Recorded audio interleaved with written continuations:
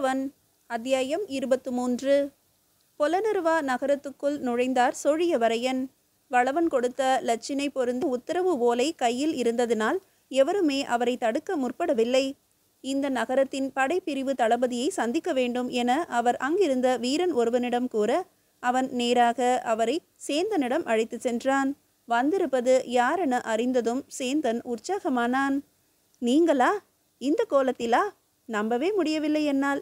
எங்கு இருந்தீர்கள் இத்தனை நாட்களாய்? கேள்விகளை அடுக்கினான் தளபதியான சேந்தன். வழக்கமான கேள்விகள் இப்போது வேண்டாம் சேந்தா, முக்கிய விஷயமாக பேச வேண்டியுள்ளது என சோழியவரையன் கூற, அவரை தன்னுடைய தனி அறைக்கு அழைத்து சென்றான் சேந்தன்.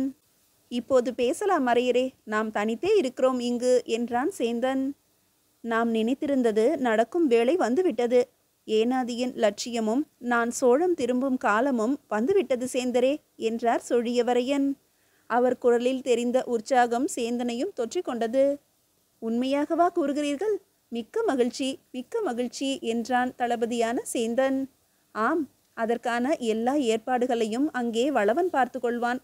இங்கு நீதான் உதவ வேண்டும் என்றார் சோழியவரையன். என்ன செய்ய வேண்டும்? எப்படியும் ஒரு திட்டத்தோடு தான் வந்திருப்பீர்கள். சோழத்தை நோக்கி படையெடுக்க போவதாக தகவல் வந்ததே, உண்மைதானா? உண்மைதான் அரையரே. ஆனால் திடீரென இந்த முடிவு ஏன் என்று தெரியவில்லை. எம்முடைய வீரர்கள் பலருக்கும் இதில் உடன்பாடில்லை. என்ன செய்வது என்பது பற்றித்தான் நானும் தீவிரமாக யோசித்து கொண்டிருந்தேன். யோசிக்க ஏதுமில்லை சேந்தரே. இந்த படையெடுப்பு இப்போது நடக்கவே கூடாது. நடந்தாலும் சோழத்திற்கு ஏதும் பாதிப்பு வராது. ஆனால் நமது கனவுகள் தூள் தூளாகிவிடும். உண்மைதான் அரையரே. எனது தளபதி ஏனாதி அவர்கள் விரும்பியபடி நாமேதான் இந்த நகரை கைப்பற்றி சோழத்திற்கு அளிக்க வேண்டுமே தவிர, ஈழமாக இழந்ததாகவோ சோழப்படை வந்து கைப்பற்றியதாகவோ இருக்கவே கூடாது.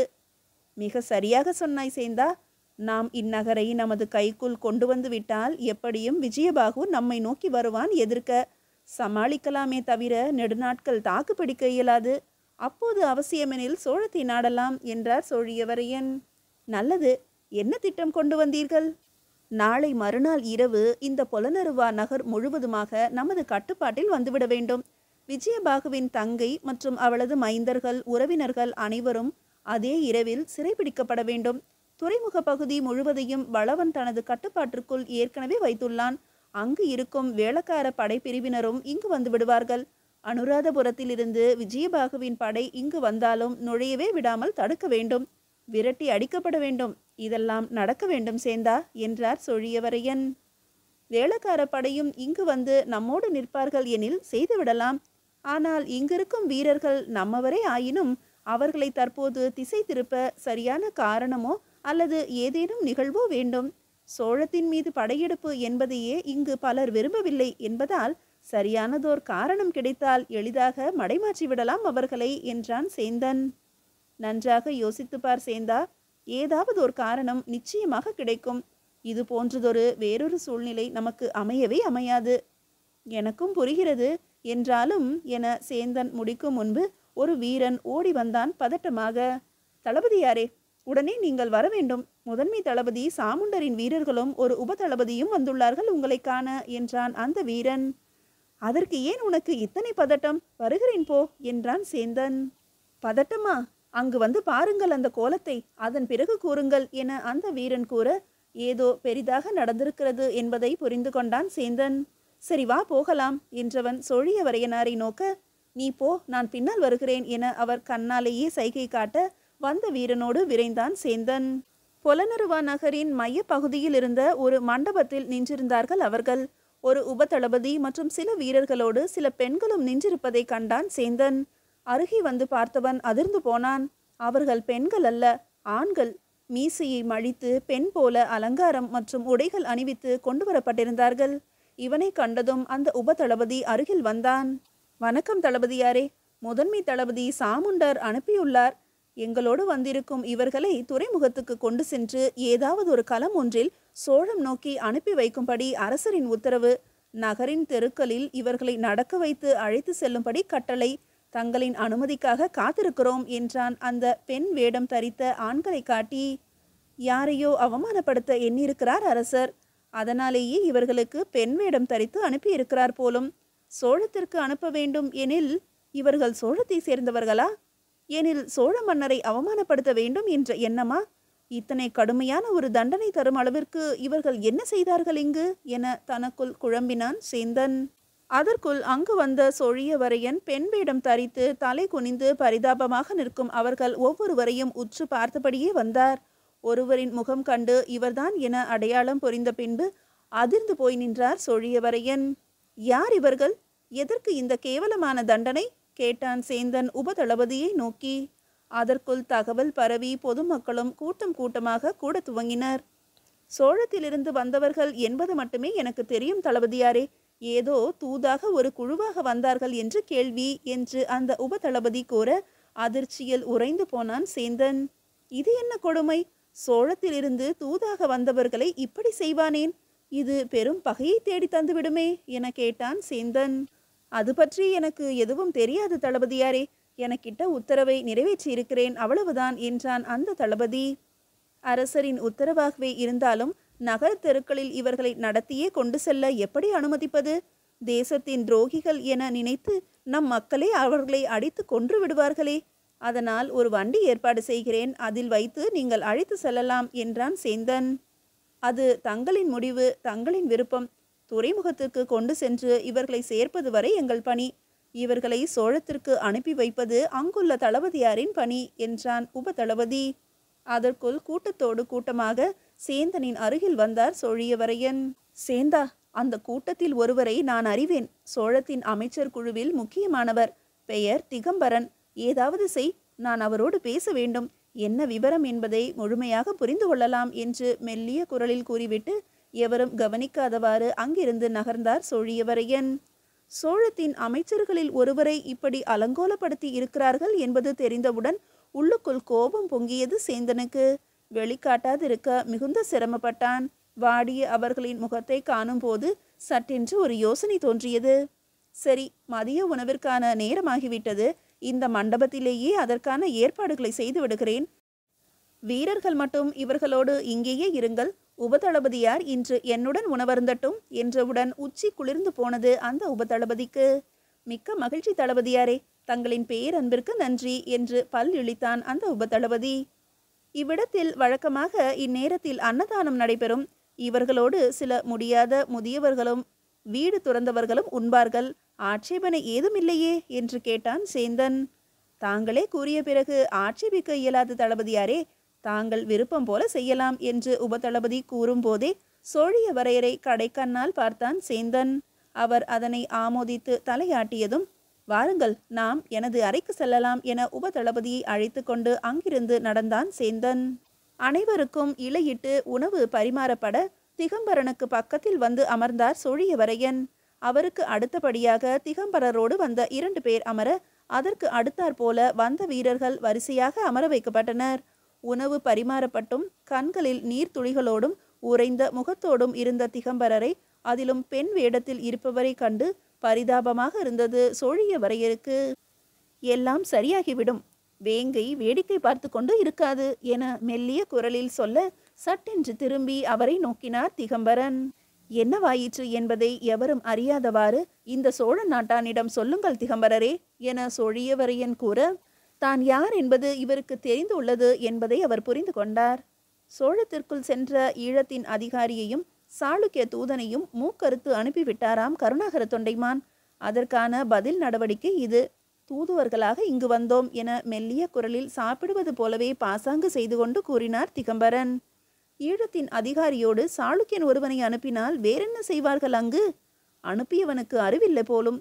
அதைவிட கொடுமை, இதற்காக உங்களை இப்படி செய்தவனுக்கும் அறிவில்லை என்றார் சொழியவரையன். இருவரும் ஒரே ஆள்தான், ஈழத்தரசன். இந்த கோலத்தோடு களமேறி சென்று சோழ மண்ணில் காலடி வைப்பதற்கு பதில் செத்தே போய்விடலாம் என்றார் திகம்பரன் வேதனையோடு. அப்படி ஒரு காலம் நடக்காது திகம்பரரே. அதிகபட்சம் ஈழத்தின் துறைமுகம் வரைதான் இந்த கோலம். அதன்பின் ஈழத்து அரசனே நினைத்தாலும் உங்களை எதுவும் செய்ய இயலாது. கவலை வேண்டாம், நான் இருக்கிறேன். அங்கே தளபதியாக இருப்பது நம்மவன்தான். அவனிடத்தில்தான் உங்களை ஒப்படைப்பார்கள். இவர்கள் நினைப்பது நடக்க ஒரு காலம் அவன் அனுமதிக்க மாட்டான். பெயர் வளவன் என்றார் சொழியவரையன். உங்களுக்கு புரியவில்லை போலும். எங்களோடு ஈழத்து வீரர்களும் வருவார்கள் களத்தில் என்றார் திகம்பரன். முதலில் துறைமுகத்தில் இவர்களால் நுழைய முடியுமா என்பதை பார்ப்போம். உங்களுக்கு முன்பு நான் சென்று எல்லா ஏற்பாடுகளையும் செய்து விடுகிறேன். எந்த பதட்டமும் வேண்டாம். இந்த ஈழத்தின் நகரம் இன்னும் ஓரிரு நாட்களில் சோழத்திற்கு சொந்தமாகிவிடும் என சோழியவரையன் மெதுவாக கூற, திரும்பி அவரை ஒருமுறை பார்த்தார் திகம்பரன். கண்களை உற்று நோக்கினார். உங்களை இதற்கு முன்பு எங்கேயோ பார்த்திருக்கிறேன். சரியாக பிடிபடவில்லை எனக்கு என்றார் திகம்பரன். இளம் வயதில் பார்த்திருப்பீர்கள், நினைவு வைத்துக் கொள்வது கடினம் என்றார் சோழியவரையன். எனில் யார் என்று கூற மாட்டீர்களா என கேட்டார் திகம்பரன். மன்னர் குலோத்துங்கரை கண்டால் சொல்லுங்கள். உங்களிடம் செய்த சபதத்தை முடித்துக்கொண்டு விரைவில் நாடு திரும்ப இருக்கிறான் உங்களின் முன்னாள் தளபதி என்று மறக்காமல் சொல்லுங்கள் என்று சோழியவரையனை அதிர்ச்சியோடு பார்த்தார் திகம்பரன். நீங்கள் நீங்கள் என யாரென புரிந்து கொண்டு திகம்பரன் தடுமாற, இப்போதைக்கு வேறெதுவும் பேச வேண்டாம், துறைமுகத்தில் சந்திப்போம். சற்று முன்பு உணவருந்த சென்றாரே ஒரு தளபதி, அவர் வந்து கேட்டால் மட்டும் நான் சென்றுள்ள இடம் பற்றி கூறுங்கள் என்ற சோழியவரையர் சட்டென்று அவ்விடம் விட்டு எழுந்து சற்று தூரத்தை சென்று கை கழுவி கொண்டு தனது புறவியை நோக்கி விரைந்தார். இடையில் வளவன் கொடுத்த அந்த லட்சணையோடு கூடிய ஓலை இருக்கிறதா என்பதையும் உறுதிப்படுத்தி கொண்டார். உணவு முடித்துவிட்டு உபதளபதியோடு திரும்பிய சேந்தன் சோழியவரையரை காணவில்லை என்றதும் புரிந்து கொண்டான். 2 பெரிய வண்டிகளை வரவழைத்து திகம்பரன் உட்பட மற்ற 6 பேரையும் அவற்றில் ஏற்றினான். திகம்பரனின் அருகில் வந்து, எங்கே அவர்? உங்களோடு சேர்ந்து உணவருந்தியவர் என்றான். துறைமுகம் என்ற ஒற்றை வார்த்தையோடு முடித்துக்கொண்டு வண்டியில் ஏறினார் திகம்பரன். இவர்களை பத்திரமாக கொண்டு சென்று துறைமுக பாதுகாப்பிற்கான தளபதி அமுதனிடம் ஒப்படையுங்கள் என்று உபதளபதியை நோக்கி கூற, அப்படியே தளபதியாரே, தங்களின் விருந்திற்கு நன்றி என்று கூறிவிட்டு தமது புறவியில் அவர்களை பின்தொடர்ந்தான் அனுராதபுரத்திலிருந்து வந்த உபதளபதி. மீதியை அடுத்த அத்தியாயத்தில் காணலாம். அத்தியாயம் 24. ஒரு முக்கியமான விஷயத்தை பற்றி விவாதிக்கத்தான் உங்கள் அனைவரையும் அழைத்துள்ளேன் என தன் எதிரே இருந்த உபதளபதிகளை பார்த்து கூறினான் சேந்தன். எங்கள் அத்தனை பேரையும் ஒரே நேரத்தில் அழைக்கும் போதே அது புரிந்தது தளபதியாரே என்றான் ஒரு உபதளபதி. எனது ஏதாவது ஒரு முடிவு நம் வீரர்களுக்கோ நகருக்கோ பெரும் பாதிப்பையும் கேட்டையும் உண்டாக்கும் எனில் நீங்கள் அதற்கு உடன்படுவீர்களா அல்லது எதிர்த்து நிற்பீர்களா? நேர்மையான பதில் தேவை எனக்கு என்றான் சேந்தன். தவறென்று கூறி பார்ப்போம். நீங்கள் புரிந்து கொள்ளவில்லை எனில் நிச்சயம் எதிர்ப்போம் என்றான் மற்றொருவன். எனது உத்தரவுகளுக்கு கட்டுப்படுவதுதானே உங்களின் பணி என்றான் சேந்தன். இருக்கலாம். அதே சமயம் எங்களுக்காகத்தான் நீங்கள் எங்களை வழிமுறைப்படுத்துவதுதான் இந்த தளபதி பதவி. அதுவே எங்களுக்கு ஒரு ஆபத்தை உண்டு செய்யுமானால் அதை எதிர்ப்பதை தவிர வேறு வழியில்லை என்றான் முதலாமவன். உங்களின் அதே நிலைதான் இப்போது எனக்கு. இந்த நகரமே சூறையாடப்படக்கூடிய அளவிற்கு ஒரு செயலை செய்தாக வேண்டும். நான் செய்தால் விளைவு மிகவும் விபரீதமாக இருக்கும். நம்மில் ஒருவர் கூட மிச்சம் இருப்போமா என்ற நிலை. செய்ய சொல்லி உத்தரவிட்டிருப்பது நமது அரசர். இப்போது நான் என்ன செய்ய வேண்டும்? நீங்களே சொல்லுங்கள் என்றான் சேந்தன். அரசர் உத்தரவு என்றதும் சிலர் தயங்கினர். பதில் கூறாமல் நின்றனர். ஒருவன் மட்டும் முன் வந்தான். விஷயம் என்னவென்று நேரடியாக கூறினால் அதற்கான தீர்வை முன்னெடுக்க இயலும் என்றான் அவன். சோழத்தின் மீது படையெடுக்க போகிறோம் நாம், தெரியுமா உங்களுக்கு என்று கேட்டான் சேந்தன். தெரியும், சேனை தலைவர் வீரபாகு கூறியிருந்தார் என்றான் மற்றொருவன். அது பற்றி என்ன முடிவெடுத்துள்ளீர்கள் என்று கேட்டான் சேந்தன். சோழத்தின் மீது எனும் போது சற்று தயங்கத்தான் செய்கிறோம். காரணம், நாமும் ஒரு காலத்தில் அங்கிருந்து வந்தவர்கள் தானே. அதே சமயம் இத்தனை காலம் இங்கு வாழ்ந்திருக்கிறோம். இதுவும் நமது மண்தான். செஞ்சோற்று கடன் வேறு உள்ளதே. அதனால் போரிடத்தான் வேண்டும் என்றான் ஒரு உபதளபதி. உண்மைதான், செஞ்சோற்று கடனுக்காக போராடத்தான் வேண்டியிருக்கும். ஆனால் இதன் பின் விளைவென்ன? இதற்கான காரணம் என்ன? இரண்டையும் ஆராய்ந்தீர்களா? அதற்கெல்லாம் நமக்கு உரிமை உண்டா தளபதியாரே? காட்டிய திசையில் பாய வேண்டியதுதானே நம் வேலை. பின் விளைவால் பேராபத்து வரும் என உறுதியாக தெரிந்தும் எப்படி பாய்வது? சோழத்தை அத்தனை எளிதாக வென்றுவிடத்தான் முடியுமா?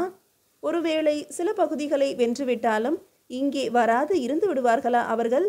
இதையும் நாம் யோசித்தாக வேண்டுமே என்று கேட்டான் சேந்தன். அப்படி யோசித்தால் எந்த போருமே நடக்காதே. அவரவர் வேலையை அவரவர் பார்த்து கொண்டு இருக்க வேண்டியதுதான் என்று சொன்னான் ஒரு உபதளபதி. அப்படித்தானே இருந்தோம் இது நாள் வரை. நமது மன்னராக விஜயபாகு ஆன பிறகு இது நாள் வரை நாமும் சோழமும் அப்படித்தானே இருந்தோம். அவசியமே இன்றி திடீரென ஒரு போர் அறிவிப்பு எதற்காக என்பதுதான் கேள்வி. இதுவே சோழம் நம்மை நோக்கி படையோடு வந்திருந்தால் எதை பற்றியும் யோசித்திருக்க மாட்டோம். இப்போது தவறு நமது பக்கம் என்பதால் தான் சற்று தயங்க வேண்டியுள்ளது என்றான் சேந்தன். எதை தவறு என்று சொல்கிறீர்கள் என்பது விளங்கவில்லை தளபதியாரே. தூதுவர்களாக வந்தவர்களை சிறைப்பிடித்ததோடு மட்டுமல்லாமல் பெண் வேடமிட்டு அவர்களை அசிங்கமும் படுத்தி அவர்களின் நாட்டிற்கே திருப்பி அனுப்புகிறோமே, இது தவறாக தோன்றவில்லையா உங்களுக்கு என்று கேட்டான் சேந்தன். இதை கேட்டவுடன் அத்தனை பேருமே அதிர்ந்து போயினர். என்ன சொல்கிறீர்கள்? இன்று நாம் கண்டது சோழத்திலிருந்து வந்த தூதுவர்களா? அவர்களுக்கா பெண் வேடமிட்டிருக்கிறார்கள்? இது மாபெரும் தவறாயிற்றே. நிச்சயமாக சோழம் சகித்து கொள்ளாது இதை என்றான் ஒரு உபதளபதி பதட்டத்தோடு. என்னாயிற்று அரசருக்கு? தூதுவர்களை நடத்தும் நியதிகள் தெரியாதா? அங்கிருந்த எவருமே இதனை தவறென்று கூறவில்லையா என்று கேட்டான் மற்றொருவன். உண்மையாகவே இதன் விளைவு விபரீதமாகத்தான் இருக்கும். வெளிப்படையாக சொல்ல வேண்டுமெனில் சோழத்தின் பெரும் படையை நாம் தாக்கு பிடிப்பது கடினம்தான் என்றான் இன்னொருவன். ஒருவேளை சாளுக்கியத்தின் துணை கிடைத்துவிட்டதோ ஈழத்திற்கு? மன உறவு கொள்ளப் போவதாகவும் பேச்சு அடிபடுகிறதே என்றான் மற்றொருவன். அவர்களை நம்ப முடியாது. அவர்களை பொறுத்தவரை நாமும் அவர்கள் எதிரிதான். வேறு மண், வேறு கலாச்சாரம். நாமும் சோழமும் அப்படி அல்ல. இரண்டிலும் நம்மவர்கள்தான் உள்ளார்கள். ஏதோ திட்டமிட்டு காயை நகர்த்துகிறான் சாளுக்கியன். வேங்கி நாட்டின் மீது படையெடுக்க நமது துணையை நாடினான் முதலில். அதற்காக காட்டப்பட்டதுதான் மன உறவு எனும் தூண்டில். அவனை நம்பி இப்போது நேரடியாகவே சோழத்தோடு மோத நினைக்கிறார் நம் மன்னர் என்றான் சேந்தன். ஒருவேளை இருபுற தாக்குதலோ? மேலிருந்து சாளுக்கியன் வருவானோ என்று கேட்டான் ஒரு உபதளபதி. நானும் இது பற்றிதான் யோசித்தேன். நமது ஒற்றர்களை விசாரித்தேன். அப்படி எதுவும் எண்ணமில்லை சாளுக்கியத்திற்கு என்பதுதான் பதிலாக வருகிறது அவர்களிடமிருந்து என்றான் சேந்தன். அப்படி என்னதான் அவசியம் நமது அரசருக்கு? இப்போது சோழத்தின் மீது படையெடுப்பதால் நமக்குத்தான் பாதிப்பு என்பதை அறிந்தும் எதற்கு இந்த அவசரம்? செய்த தவறை, சோழத்தின் தூதுக்குழுவிற்கு இழைத்த அநீதியை நேர் செய்ய நினைக்கிறார் இப்போர் மூலம் என்று தோன்றுகிறது என்றான் சேந்தன். மிக தவறான முடிவு இது. முற்றிலுமாய் நாம் அழிந்து விடுவோம். அதிலும் நம்மவர்களின் கையாலேயே. சில காலத்திற்கு முன்பு ஏனாதி கிள்ளியார் இருந்தவரை நாமும் சோழ வீரர்கள்தான். ஆட்சி மாறியது, காட்சியும் மாறிப்போனது. ஈழத்து வீரர்களாகி போனோம் நாம். நாளை இந்த எந்த அடையாளமே நமக்கு இல்லாமல் போய்விடும் இந்த போரினால் என்றார் ஒரு மூத்த உபதளபதி வருத்தத்தோடு. ஆம், இதையே தான் நானும் யோசித்து கொண்டுள்ளேன். நாம் எவ்வளவுதான் நேர்மையாகவும் உண்மையாகவும் இந்த மண்ணிற்காக உழைத்தாலும் நம்மை சோழத்து வீரர்களாகத்தான் இவர்களால் பார்க்க முடிகிறது.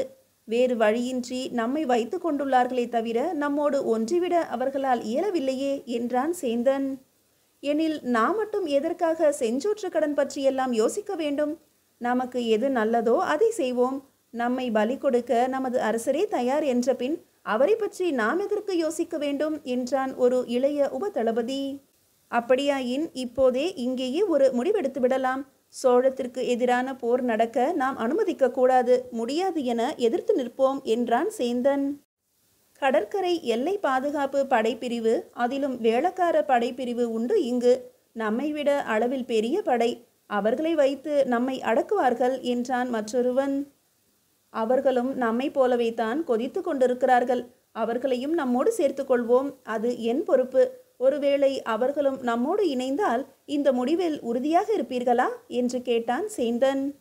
அவர்கள் நம்மோடு இணைந்து வந்தால் ஈழத்தின் மொத்த படையையும் எதிர்க்கலாமே. நம் நகருக்குள் வரும் சாலை வழிகளில் நாம் தடையாக நிற்கலாம். கடல் வழியாக வருபவர்களை அவர்கள் தடுத்தால் போதும். நம்மை மீறி எவருமே நுழைய முடியாது நமது நகருக்குள் என்றான் மற்றொருவன். சற்று பொறுங்கள், நாம் ஒரு விஷயத்தை மறந்துவிட்டு பேசுகிறோம். ஈழப்படையினை நாம் நிறுத்திவிடலாம். வேளக்கார படையோடு நம்மோடு இணைந்து வந்தால் அரசரே படையோடு வந்தாலும் கூட பின்வாங்க வைத்து விடலாம். அது பிரச்சனை அல்ல. இப்போதைய பெரிய பிரச்சனை சோழம்தான். அவர்களது நாட்டு தூதுக்குழுவினருக்கு இந்த அவமானம் நேர்ந்தது என்று தெரிந்தால் உடன் ஒரு பெரும் படை புறப்பட்டுவிடும் அங்கிருந்து. அப்படி வந்தால் முதலில் தாக்கப்படுவது இந்த பொலனறுவா நகரம்தான். அதை எப்படி தடுப்பது என்று கேட்டார் வயதில் மூத்த உபதளபதி. தூதுக்குழுவினர் சோழம் திரும்பினால்தானே இந்த பிரச்சனை. வந்திருக்கும் வீரர்கள் அவர்களை வேளக்கார படையினரிடம்தானே ஒப்படைக்கப் போவதாக கூறினார்கள். நம்மோடு இணையும் அவர்களிடம் கூறி அவர்களை அனுப்பாமல் செய்துவிடுவோம் சில காலம். அதற்குள் நமது வேலையும் முடிந்துவிடும். இந்த நகரம் முன்பு போலவே நம்முடையதாகிவிடும் என்றான் சேந்தன். அவசியமெனில் நமக்கான நல்லதோர் தலைமையாக சோழம் அமையும் என நமக்கு உறுதியாக தெரிந்தவுடன் சோழத்தின் உதவியை நாடுவோம். நடந்ததை கூறுவோம். நமது முன்னாள் தளபதி ஏனாதி கிள்ளியின் மதிப்பான நிர்வாகத்தை நாம் மறுபடியும் உருவாக்குவோம் என்றான் சேந்தன் தெளிவாக. கிள்ளியின் பெயர் கேட்டவுடன் அங்கிருந்த உபதளபதிகள் மனம் மயங்கினர். இறுதி வரை போராடி மறுபடி வருவேன் என கூறி மரணித்த அவர் மட்டும் இன்று இருப்பின் நமது நிலைமையே வேறு என ஆதங்கத்தோடு கூறினார் அந்த மூத்த உபதளபதி. அதை அங்கிருந்தோர் அனைவரும் ஆமோதித்தனர். வீரபாகு என்று ஒருவன் இருப்பதை மறந்துவிட்டோம். அவனது குடும்பம் அரச குடும்பம். அவர்களை என்ன செய்வது? நம்மோடு அவன் உடன்பட மாட்டானே என்று கேட்டான் ஒரு உபதளபதி.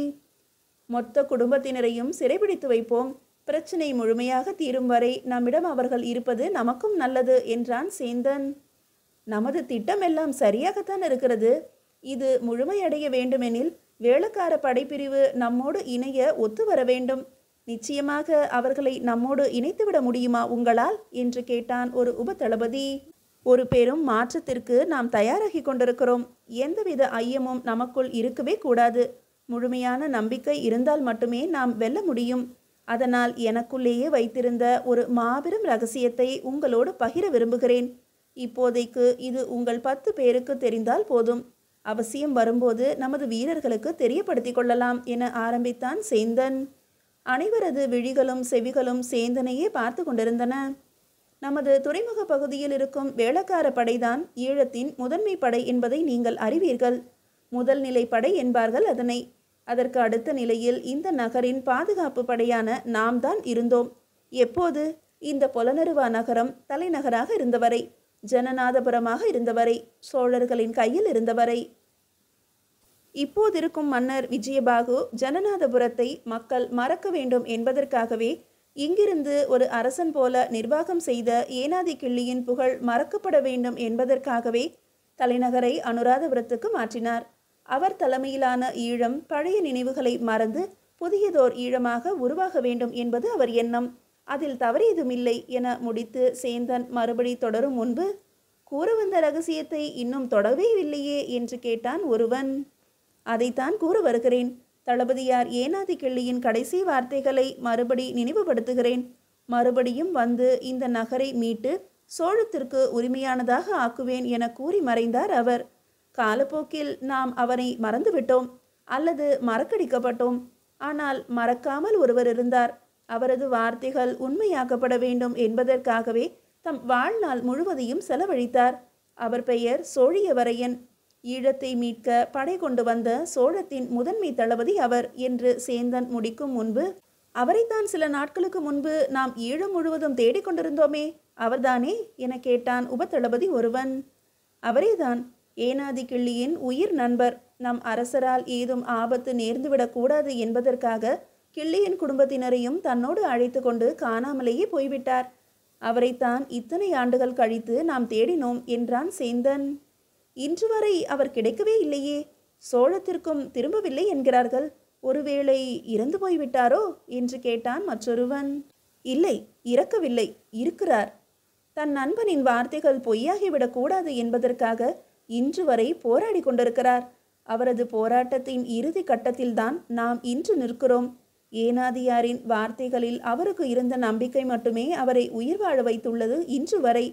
நாம் கனவிலும் நினைத்து கூட பார்க்க முடியாத ஒரு விஷயத்தை நமக்காக செய்துவிட்டு இப்போது நம்மிடம் உதவி கேட்டு நிற்கிறார். சுதந்திரமான பொலனறுவா நகரம் ஏனாதியாரின் கனவு. அதனை நிறைவேற்ற நமது உதவி கேட்டு அவர் நிற்கிறார். நீங்கள் ஒப்புக்கொண்டால் அவரோடு சேர்ந்து கொள்ளலாம் என்றான் சேந்தன். ஆக சிறந்த லட்சியவாதிதான் அவர். நண்பனுக்காக தன் மொத்த வாழ்க்கையும் இழந்திருப்பதும் உண்மைதான். ஆனால் ஒரு விஷயம்தான் நெருடலாக உள்ளது. உதவி கேட்டு நிற்பது அவர் எனும்போது அவர்தானே நம்மோடு சேர வேண்டும். நாம் அவரோடு சேர்ந்து கொள்ளலாம் என்ற வார்த்தை பிரயோகம் எதற்கு? அது மட்டுமல்லாது நாம் கனவிலும் நினைத்து பார்க்க முடியாத ஏதோ ஒரு விஷயத்தை அவர் சாதித்ததாக கூறினீர்களே, அது என்ன என்று கேட்டார் வயதில் மூத்த உபதளபதி ஒருவர். நாம் இப்போது என்ன செய்ய வேண்டும் என திட்டமிட்டிருக்கிறோமோ அதில் பாதி வேலையை ஏற்கனவே முடித்துவிட்டு வந்திருக்கிறார் அவர். அவர் செய்த சாதனையை கேட்டீர்கள் அல்லவா? சொல்கிறேன்.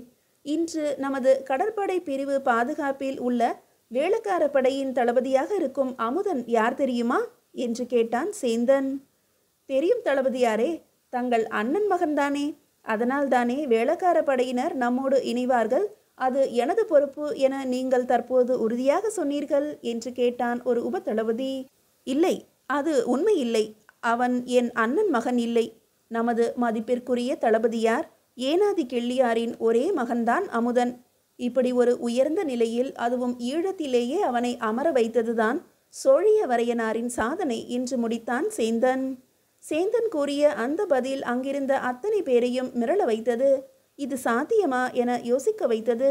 ஒருவேளை சேந்தன் கூறுவது உண்மை எனில் உண்மையாகவே பெரும் சாதனைக்கு சொந்தக்காரர் அவர் என்பது எல்லோருக்குமே புரிந்தது. மீதியை அடுத்த அத்தியாயத்தில் காணலாம்.